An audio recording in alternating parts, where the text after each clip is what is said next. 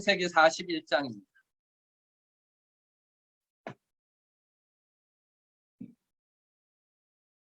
창세기 41장 전체 1절부터 36절까지인데요. 그 중에 우리 16절 다 같이 16절 읽겠습니다. 요셉이 바로에게 대답하여 이르되 내가 아니라 하나님께서 바로에게 편안한 대답을 하시리이다. 아멘. 오늘 말씀의 제목은 하나님 중심입니다. 하나님 중심 신앙이라는 뜻인데요. 다시 찾아야 돼요. 다시 찾아야 할 우리의 신앙입니다. 다시 찾아야 할 우리의 신앙, 하나님 중심입니다. 하나님 중심이라는 말 생각 꼭 우리 가슴에 꼭 담고 있어야 합니다. 천동설이 있었지요. 예전에 천동설이 있었어요. 천동설은 뭐냐 하면 지구가 중심에 있고 하늘이 도는 거예요. 하늘이 돈다. 그게 천동입니다. 정말 그 천동설이 잘못됐다는 것을 알게 됐죠. 하늘이 도는 게 아니라 지구가 돌고 있다는 사실을 잘 몰랐던 것입니다. 영적인 부분에서 이런 천동설에 사로잡혀 있는 사람들이 있습니다. 무슨 말이냐 하면 세상의 중심이 자기인 줄 아는 사람입니다. 네. 세상의 중심이 나다 생각해서 세상 모든 것들이 자기 중심으로 돌아가는 사람, 간다고 생각하는 사람입니다. 이런 것이 그냥 세상에만 있는 게 아니라 신앙생활에도 있습니다. 그래서 신앙의 중심이 나라고 생각하는 것입니다. 이것이 영적인 천동설입니다. 착각하는 거죠. 신앙생활의 중심이 나에게 있는 것처럼, 신앙생활의 이유가 나에게 있는 것처럼, 신앙생활의 목적이 나에게 있는 것처럼 착각하는 것입니다. 신앙생활의 중심은 누구입니까? 내 삶의 중심은 누구입니까? 나입니까? 하나님입니다. 세상의 중심도 하나님이십니다. 신앙의 중심도 하나님이십니다. 우리가 신앙한다는 것은 하나님을 바라본다는 것이고 하나님 앞에 나아간다는 것이고 하나님을 섬긴다는 것이고 하나님을 예배한다는 것입니다. 그러므로 신앙의 중심은 내가 아니라 하나님. 이것이 바로 하나님 중심 신앙입니다. 종교개혁자들이 정말로 목숨을 걸고 외쳤던 신앙의 슬로건 중에 하나입니다. 신앙의 중심은 하나님이십니다. 내 신앙의 중심은 하나님이십니다. 내 신앙의 이유는 하나님이십니다. 이 사실을 꼭 기억하시기를 바랍니다. 오늘 요셉을 통하여서 우리가 함께 발견하고 싶은 신앙이 바로 이 하나님 중심 신앙입니다. 말씀을 통하여서 하나님 중심 신앙으로 똘똘 뭉쳐있는 요셉을 통하여서 우리도 잊어버리고 있었던 우리의 신앙, 곧 하나님 중심 신앙을 회복하시기를 주님의 이름으로 축원합니다. 첫 번째, 만 2년 후에라고 했습니다. 만 2년 후에 40장 23절에 보면 술 맡은 관원장이 요셉을 기억하지 못하고 그를 잊었더라 그렇게 말했습니다. 이게 이제 40장의 마지막 부분이죠. 요셉의 꿈 해석대로 술 맡은 관원장은 복직이 되었습니다. 그러나 그는 요셉을 기억하지 못하고 잊었습니다. 요셉이 얼마나 기대를 했겠습니까? 기대하는 마음으로 부탁했어요. 요셉이 이제 그 꿈을 해석해 줄 때 요셉은 확실하게 알았어요. 이 꿈대로 이 사람이 복직될 거라는 걸 알았습니다. 고위 관직에 있기 때문에 자신을 신원해 줄 수 있다는 것도 알았습니다. 기대하는 마음으로 요셉이 술 맡은 관원장에게 이야기합니다. 그래서 이야기하는데 뭐라고 이야기하느냐 하면 당신이 잘 되시거든 나를 기억하고 내게 은혜를 베풀어서 내 사정을 바로에게 아뢰어 이 집에서 나를 건져주소서. 나는 히브리 땅에서 끌려온 자요 여기서도 옥에 갇힐 일을 행하지 아니하였나이다. 그렇게 말했습니다. 하지만 그는 복직되었음에도 불구하고 요셉을 잊어버렸습니다. 술 맡은 관원장이 복직된 후 요셉은 기대했을 것입니다. 이제나 저제나 님이 오실까? 감옥문이 열릴 때마다 그분이 오시는가 하고 기대하지 않았겠습니까? 그러나 시간이 지날수록 하루, 한 주, 한 달 시간이 지날수록 요셉은 그 기대가 무너졌다는 사실을 깨닫게 되었을 것입니다. 그렇게 28살 청년 요셉은 그 후로도 2년 동안이나 더 감옥에 갇혀 있어야만 했습니다. 41장을 알고 있는 우리에게는 2년이지만 요셉에게는 그렇지 않지요. 요셉에게는 이것은 기약 없는 정말 끝을 알 수 없는 시간이었습니다. 이때가 그의 인생에 아마 가장 어렵고 고통스러운 순간이 아니었을까 생각합니다. 참 사람을 믿으면 믿을수록 실망합니다. 이사야 2장 22절에 뭐라고 말합니까? 너희는 인생을 의지하지 말라.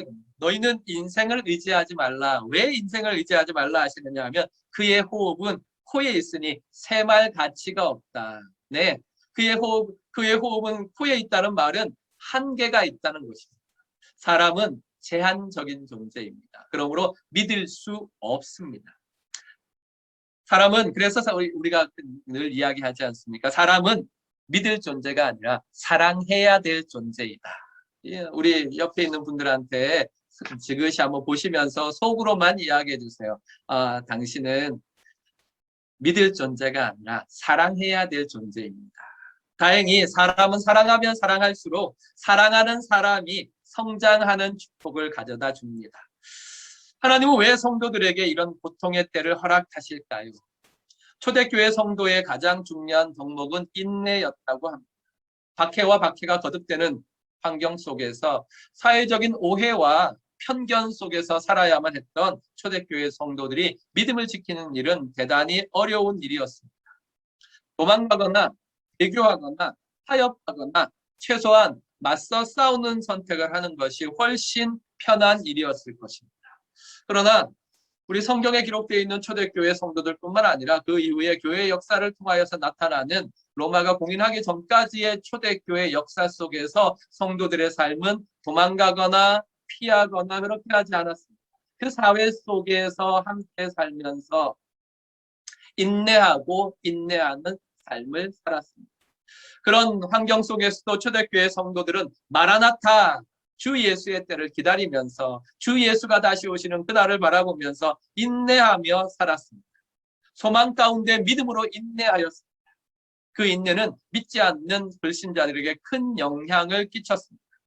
그들은 고난 중에 인내하고 기쁨을 놓치지 않고 감사하는 초대교회 성도들을 보았습니다. 그 인내와 그 감사, 그 고통 중에서의 감사를 바라보고 그 속에서 하나가 되는 초대교회에 하나님께서는 날마다 새로운 성도들을 더하여 주셨습니다. 그래서 우리 모든 교회들이 소망하는 것이 초대교회로 돌아가자 하는 것은 바로 이런 교회의 아름다운 모습들 때문에 그렇습니다. 제임스 보이스 목사님은 창세기 40장과 41장 사이에 있는 여백에 한 문장을 써넣으라고 한다면 당신은 무슨 말을 써넣겠습니까? 라고 했습니다. 제가 이제 오늘 설교를 준비하면서 이 물음을 딱 대하자마자 짜릿했어요. 왜냐하면 제가 지난주에 40장 설교하고 난 다음에 41장을 설교를 준비하면서 제일 먼저 요 여백에다가 무언가를 써넣었거든요. 그게 뭐냐면 바로 이것입니다. 23장, 40장 23절 술 맡은 관원장이 요셉을 기억하지 못하고 그를 잊었더라 하고 41장에 만 2년 후에 사이에 제가 이걸 써놨었거든요. 하나님은 그를 잊지 않았다. 술 맡은 관원장은 그를 잊었지만 하나님은 그를 잊지 않았다. 그래서 만 2년 후에 이렇게 연결되는 것입니다. 그렇습니다. 성도 여러분, 여러분은 잊혀진 듯한 여러분의 삶의 여백에 뭐라고 써넣으시겠습니까? 우리는 세상이 다 잊어버리고 세상 사람들이 우리를 다 잊어버린다고 할 때 그때 우리는 그 자리에 그 여백에 우리의 삶의 여백에 뭐라 써넣으시겠습니까? 간절히 부탁합니다. 하나님은 나를 잊지 않았다. 이렇게 써넣으시기를 바랍니다. 사랑하는 성도 여러분, 우리는 광야를 지나고 있습니다. 나 홀로 이런 고통을 겪는 것 같고 나 홀로 힘든 길을 걸어가는 것 같습니다. 기대하던 격리 해제가 되지 않고 또 연장되었습니다. 얼마나 실망스럽습니까? 그러나 분명히 때가 있습니다. 하나님은 우리를 절대로 잊지 않으십니다. 우리는 동굴로 들어가는 것 같지만 동굴로 들어가는 것이 아니라 터널을 통과하는 것입니다. 하나님께서 우리를 잊지 아니하시기 때문에 우리는 동굴이 아니라 터널을 지나가고 있는 것입니다. 하나님의 때가 되면 만 2년 후에 그렇습니다. 하나님의 때가 되면 반드시 하나님께서는 우리 앞에 빛을 더하여 주실 것입니다. 사람 보고 세상 보다가 실망하지 마시고 신실하신 하나님을 바라봅시다. 우리를 잊지 않고 기억하시는 하나님을 소망합시다. 사람에게 실망할수록, 세상에 상처 입을수록 더욱더 하나님께 가까이 나아갑시다. 하나님 안에 답이 있습니다. 이사야 49장 15절과 16절에 하나님께서는 이렇게 말씀하십니다. 여인이 어찌 그 젖먹는 자식을 잊겠으며 자기 태에서 난 아들을 긍휼히 여기지 않겠느냐 그랬습니다. 젖먹이 아이를 가진 엄마가 어떻게 젖먹는 자식을 잊어버리고 그를 긍휼히 여기지 않겠느냐 그랬습니다. 혹 그들이 잊을지라도 나는 너를 잊지 않겠다 말씀하셨습니다. 계속해서 내가 너를 내 손바닥에 새겼고 너의 성벽이 항상 내 앞에 있다 그렇게 말씀하셨습니다. 절대로 우리를 잊으시지 아니하시는 하나님, 우리를 기억하시는 하나님이 우리의 삶을 붙잡고 인도해 가십니다. 이 하나님의 은혜를 바라보시면서 살아가시기를 주님의 이름으로 축원합니다. 두 번째, 바로가 꿈을 꾼즉 하나님께서 계시하셨습니다. 우리 이 꿈에 대해 내용에 대해서 잘 알지요. 만 2년 후에 바로가 꿈을 꾼즉 자기가 나일 강가에 서 있는데 그랬습니다. 하나님께서 하나님의 때가 되었습니다. 하나님께서 일하셨지요. 물론 하나님께서 지금 갑자기 일을 하신다는 것이 아니라 우리가 모르는 사이에 하나님의 일하심이 안 보이는 중에도 하나님은 여전히 일해 오셨고 그 일의 순서를 따라서 이제 하나님께서 꿈을 통하여 계시하십니다. 하나님의 일하심을 사람은 알 수 없습니다. 하나님께서 보여주시기 전까지, 계시하여 주기 전까지 알 수 없습니다. 그래서 하나님께서는 계시를 통하여서 하나님의 뜻을, 하나님의 일하심을 사람들에게 보여주십니다. 하나님은 성경이 없던 시대에는 꿈으로 자신의 뜻을 계시하셨습니다. 여기 바로가 꿈을 꾼즉 하는 것은 하나님께서 꿈으로 그에게 하나님의 뜻을 계시했다는 뜻입니다. 바로에게도 당신의 뜻을 꿈으로 보여주셨는데 바로의 꿈은 두 가지였습니다. 우리 함께 읽어보겠습니다. 2절부터 함께 읽겠습니다. 시작. 보니 아름답고 살진 7 암소가 강가에 올라와 발밭에서 뜯어먹고 그 뒤에 또 흉하고 파리한 다른 7 암소가 나일 강가에서 올라와 그 소와 함께 나일 강가에 서 있더니 그 흉하고 파리한 소가 그 아름답고 살진 7 소를 먹은지라. 바로가 깨었다가 다시 잠이 들어 꿈을 꾸니 한 줄기에 무성하고 충실한 7 이삭이 나오고 그 위에 또 가늘고 동풍에 마른 7 이삭이 나오더니 그 가는 7 이삭이 무성하고 충실한 7 이삭을 삼킨지라. 바로가 깬즉 꿈이라. 아멘. 첫 번째 꿈은 아름답고 살진 7 암소가 나옵니다. 그리고 이어서 흉하고 파리한 7 소가 나옵니다. 그런데 나중에 나왔던 이 흉한 소가 살찌고 아름다운 암소를 다 잡아먹어 버렸습니다. 얼마나 놀랬겠습니까? 그리고 다시 또 바로가 꿈을 꿉니다. 두 번째 꿈은 무성하고 충실한 7 이삭이 나오는데 다음에 가늘고 말라버린 7 이삭이 또 나왔어요. 그런데 나중에 가늘고 말라버린 이삭들이 충실한 이삭들을 삼켜버렸습니다. 이 꿈 때문에 바로는 번민합니다. 바로도 그 메시지를 몰랐고 그의 점술가와 현인들도 그 꿈을 해석할 수 없었기 때문에 그렇습니다. 그런데 이것은 참 놀라운 일입니다. 왜냐하면 바로가 꿈을 해석하지 못하고 점술가들과 현인들이 꿈을 해석하지 못한다는 이것 자체가 참 놀라운 일입니다. 왜냐하면 당시 바로는 꿈을 해석할 필요가 없었습니다. 그는 신적인 존재였기 때문에 늘 신들과 꿈을 통하여 의사소통을 한다고 여겨졌습니다. 그러니까 바로가 꿈을 꿨다면 그 꿈을 꾼 대로 자기가 생각하는 것이 해석인 겁니다.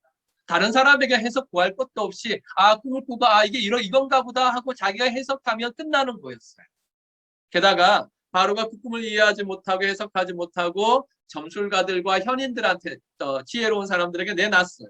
그런데 이 사람들도 해석하지 못하는 것입니다. 참 놀랍지 않습니까? 왜냐하면 바로의 점술가들과 현인들은 꿈 해몽의 전문가들이기 때문입니다. 그들은 그들이 말하는 게, 그들이 내놓는 게 정통한 꿈의 해석이에요. 그러니까 바로도 그 나라의 점성가들과 현인들도 꿈을 해석할 수 있는 사람들이었고 꿈을 해석해야만 하는 사람들이었습니다. 그런데 그들이 다 아무 해석도 내놓지 못합니다. 답은 한 가지입니다. 하나님께서 그들의 머리를 셧다운 시켜버린 것입니다. 가려버렸어요. 계시가 바로 이 가려진 것을 보여주는 것이 계시입니다. 그런데 하나님께서 가리셨어요. 하나님께서 가리시니까 뭐 아무리 바로도 또 점성가도 현인도 꼼짝 못하는 것입니다. 하나님이 일하심 앞에 당대 최고 권력자였던 바로나 당대 최고의 지성을 자랑하였던 점술가들과 현인들이 아무것도 할 수 없었습니다. 그들은 하나님의 계시를 읽을 수 없었습니다. 결국 그들은 감옥에 갇혀있는 히브리 죄수를 의지할 수밖에 없도록 만드셨습니다. 얼마나 이 아이러니합니까? 참 모양 빠지는 일 아닙니까? 제국의 왕이 고관들이 얼마나 급했으면 정말 감옥에 갇혀있는 죄수를 의지해야만 했고 그만큼 그들의 범민이 컸고 이 메시지가 중요하다는 것을 그 메시지의 무게를 그들은 깨달았던 것입니다. 멘붕에 빠진 바로의 궁전에 하나님의 은혜의 빛이 드리워졌습니다. 2년 전 감옥에서 하나님의 은혜를 경험하였던 술 맡은 관원장이 잊고 있었던 요셉을 기억해냈습니다. 그럼 바로에게 요셉이 꿈을 해석한 그대로 자신과 떡 맡은 관원장에게 이루어졌다고 고백합니다. 우리 주보에 있는 성경 구절을 보시면 술 맡은 관원장이 바로에게 말하이르되 내가 오늘 내 죄를 기억하나이다. 그렇게 고백하기 시작합니다. 그 고백으로부터 말하기를 계속해서 그곳에 친위대장에 종된 히브리 청년이 우리와 함께 있기로 우리가 그에게 말하며 그가 우리의 꿈을 풀되 그 꿈대로 각 사람에게 해석하더니 그 해석한 대로 되어 나는 복직되고 그는 매달렸나이다. 그 해석한 대로 나는 복직되고 그는 매달렸습니다.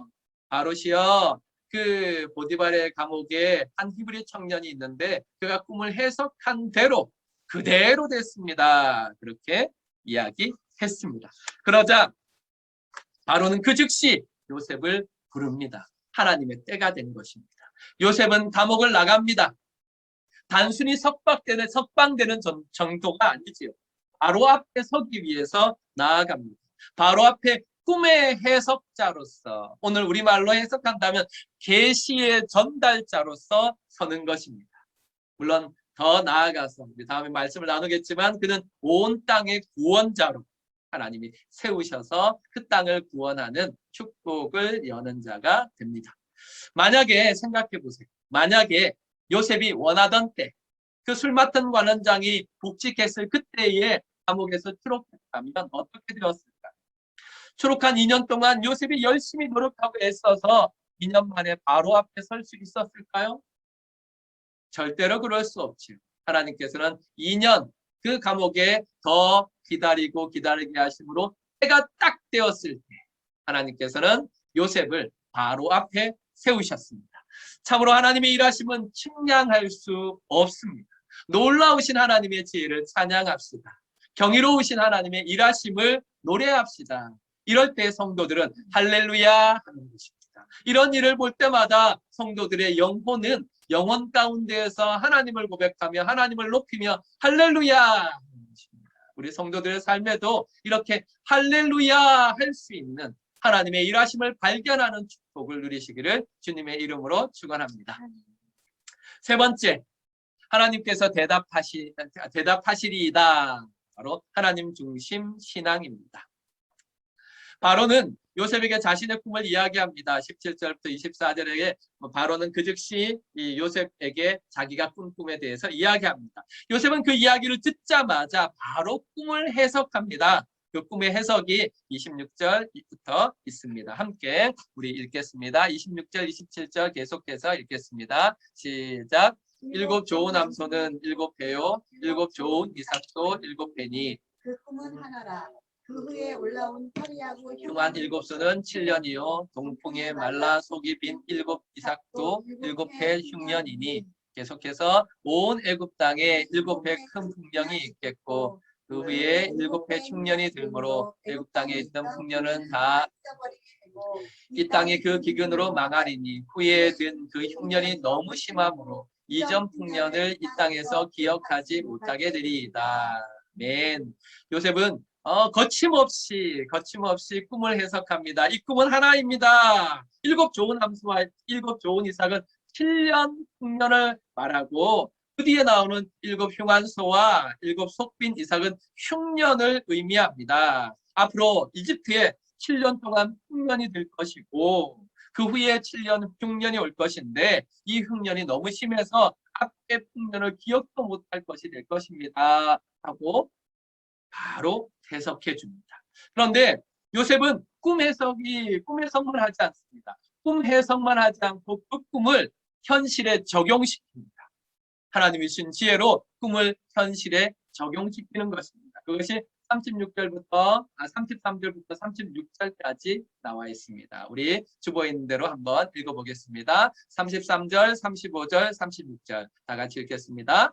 이제 바로에게 명철하고 지혜 있는 사람을 택하여 애굽 땅을 다스리게 하시고 그들로 장차 올 풍년의 모든 곡물을 거두고 그 곡물을 바로의 손에 돌려 양식을 위하여 각 성읍에 쌓아두게 하셔서 이와 같이 그 곡물을 그 땅에 저장하여 애굽 땅에 임할 7해 흉년을 대비하시면 땅이 이 흉년으로 말미암아 망하지 아니하리이다. 아멘.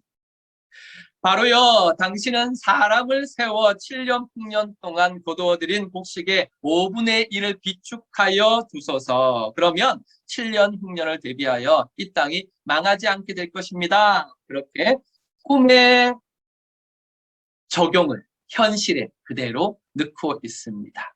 얼마나 지혜롭습니까? 바로와 이집트의 모든 대신들이 선 궁중에서 죄수 출신 히브리 청년 30살의 이 히브리 청년이 할 수 있는 프리젠테이션이 아니지 않습니까?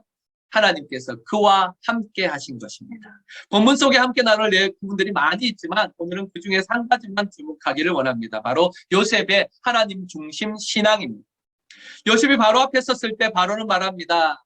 너는 꿈을 들으면 능히 푼다 하더라. 그래, 내가 듣기로 내가 지혜로워서 꿈을 들으면 바로 해석한다면서 라고 이야기합니다. 바로는 요셉을 주목하여 봅니다. 그러나 요셉은 자기를 주목하는 이 바로의 눈을 바로 하나님께로 돌립니다. 16절에 말하기를 내가 아니라 하나님께서 바로에게 편안한 대답을 하시리이다. 아멘. 세례 요한이 생각나지 않습니까? 그 요셉의 모습이 딱 세례 요한하고 연결됩니다. 세례 요한에게 사람들이 왔어요. 세례 요한이 큰 이적을 일으키니까 많은 사람들이 와서 세례 요한을 그리스도로 아니까 사람들이 와서 이제 묻습니다. 당신이 그리스도냐? 물었어요. 그러자 세례 요한이 말합니다. 나 아니야. 나는 아니라 저 사람이 그리스도야. 저 사람이 바로 세상 죄를 지고 가는 하나님의 어린 양이야. 라고 예수님을 향하여서 모든 눈을 자기가 아니라 모든 눈을 예수님에게로 돌리게 합니다. 요셉은 꿈을 해석할 때에도 분명하게 하나님을 나타냈었습니다. 우리가 읽은 본문들 가운데 25절, 28절, 32절에 보면 요셉은 그렇게 말합니다. 25절에 하나님이 그가 하실 일을 바로에게 보이심이라. 하나님이 또 28절에 내가 바로에게 이르기를 하나님이 그가 하실 일을 바로에게 보이신 다음이 이것이라. 하나님이 바로께서 꿈을 두 번 겹쳐 꾸신 것은 하나님이 이 일을 정하셨음이라. 하나님이 속히 행하시리니. 요셉은 끊임없이 하나님이라고 바로 앞에서 지금 이야기하고 있습니다. 얼마나 놀랍습니까? 요셉이 여기서만 그랬습니까? 아니요, 요셉은 늘 그랬습니다. 보디발의 집에서도 요셉은 그랬습니다. 보디발의 아내에게 뭐라고 말합니까? 그를 부여잡는 보디발의 아내에게 그런즉 내가 어찌 이 큰 악을 행하여 하나님께 죄를 지으리까? 하나님께 죄를 지으리까? 그랬습니다. 보디발의 감옥에서도 그랬습니다. 두 간원장들에게 이야기합니다. 해석은 하나님께 있지 아니하니까 하나님께. 그리고 이제 바로 앞에서도 역시 하나님을 증거합니다. 내가 아니라 하나님께서 바로에게 대답하시리이다 라고 말했습니다. 요셉에게는 언제나 분명하고도 확실한 하나님에 대한 신앙 고백이 있었습니다. 그것은 그의 안에 하나님 중심 신앙이 분명하고도 확실하게 자리 잡고 있었기 때문입니다. 그는 언제 어디서든지 딱 찌르기만 하면 바로 그 속에 있는, 그의 속에 있는 것이 하나님 중심 신앙으로 그대로 나타났던 것입니다. 우리를 찌르면 뭐가 나올까요? 우리의 환경이 우리를 찌를 때 우리에게서 뭐가 나옵니까? 사람이 우리를 찌를 때 우리에게서 뭐가 나옵니까? 정말 요셉처럼 하나님께서 하는 이런 분명한 신앙 고백이 나와야 하지 않겠습니까? 그것은 그냥 이루어지는 것이 아닙니다. 우리 속 중심에 분명하고도 확실한 하나님 중심 신앙이 자리 잡고 있을 때 언제 어디서든지 환경과 생활이 사람이 세상이 나를 찌를 때 하나님께라고 고백할 수 있는 것입니다. 이 요셉의 아름다운 고백이 저와 여러분의 고백이 되기를 간절히 소원합니다. 우리는 이 요셉의 신앙을 배워야 합니다. 오늘날 우리가 잊어버린 것이 바로 이 하나님 중심 신앙입니다. 사람과 세상이 아니라 하나님을 믿음으로 하나님의 때를 인내함으로 기다리는 신앙. 하나님의 계시를 통해 세상을 읽어내는 신앙. 하나님의 영광을 위하여 살아가는 하나님 중심의 신앙을 회복해야 합니다. 하나님께 초점을 맞추고 하나님 앞에서 하나님의 영광을 위하여 살아야 합니다. 사람이 아니라 하나님이 우리 생각의 중심이 되어야 합니다. 세상이 아니라 하나님이 우리 선택의 최우선 자리를 차지해야 합니다. 이것이 우리가 회복해야 될 진정한 신앙, 하나님 중심의 신앙입니다. 이 하나님 중심의 신앙인으로 살아가시기를 축원합니다. 사랑하는 성도 여러분, 긴 고난의 터널을 지나 요셉은 계시의 전달자가 되었습니다. 그런 미래에 대한 신적 통찰력을 가지고 그 시대의 구원자가 되었습니다. 이것은 가장 위대한 예언자요 왕이신 우리 주 예수 그리스도의 사역을 잘 보여주고 있습니다. 우리 주님은 그렇게 사셨습니다. 우리 주님도 그 고난의 길을 통과하셨습니다. 고난의 종이 되어 십자가의 길을 걸어가셨고 그 희생을 통하여 우리의 구원을 이루셨습니다.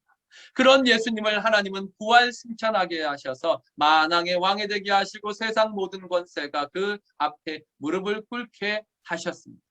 우리 주님이 하나님의 뜻을 따라 고난을 통하여 영광에 들어가셨다면 우리도 기꺼이 그 길을 따라가야 하지 않겠습니까? 현재의 고난은 장차의 영광과 비교할 수 없습니다. 사랑하는 성도 여러분, 저는 이 말씀 생각하건대 현재의 고난은 장차 우리에게 나타날 영광과 비교할 수 없도다라는 이 말을 지난주에 뽕안한테서 들었습니다. 놀랍지 않습니까? 제가 이제 비자 때문에 봉안한테 이제 편지를 보냈어요. 그래서 우리 탄 선생님을 통해서 번역해서 편지를 보냈더니 그 편지에 대답이 왔어요. 대답이 와서 탄 선생님이 이제 번역해서 저한테 이제 보내줬어요. 편지. 그 편지 제가 읽어드릴게요. 잘 들어보세요. 개인적으로 제 생각은 목사님이 정말 정직하셨고 어려움을 받아들이고 비자를 받기 위해 거짓 정보를 제공하지 않은 것이 매우 존경스럽습니다. 목사님의 활동은 신앙과 종교에 관한 법률에 따라 시정부와 각급 종교위원회에서 인정했습니다. 저는 모든 어려움을 해결할 수 있다고 믿습니다. 아주 좋은 문장을 어디에서 읽었는지 정확히 기억이 나지 않는데 목사님과 공유하고 싶습니다. 그리고 나서 바로 이 성경 구절을 인용했어요. 생각하건대 현재의 고난은 장차 우리에게 나타날 영광과 비교할 수 없도다. 꽁안이 쓴 거예요. 그래서 제가 바로 또 답장을 썼지요. 답장을 써서 정말 좋은 말, 어디서 이렇게 귀한 말을 찾아서 저한테 보내주셨는지 참 도움이 됐습니다. 그런데 이 말씀은 성경의 로마서 8장 18절에 있는 말씀입니다. 이 말씀에 있는 축복이 우리 남씨에게도 있기를 원합니다 하고 그렇게 제가 다시 답장을 보냈습니다. 사랑하는 성도 여러분, 현재의 고난은, 우리가 당하는 현재의 고난은 장차 우리에게 나타날 영광과 전혀 비교할 수 없습니다. 더 중요한 것은 하나님께서 현재의 고난을 통해서 우리를 장차의 영광으로 인도하신다는 것입니다. 이 사실을 믿으시고 모든 순간 하나님 중심으로 시간을 보고 하나님 중심으로 역사를 해석하고 하나님 중심으로 살아가시기를, 하나님 중심의 신앙인들이 되시기를 주님의 이름으로 축원합니다. 아멘.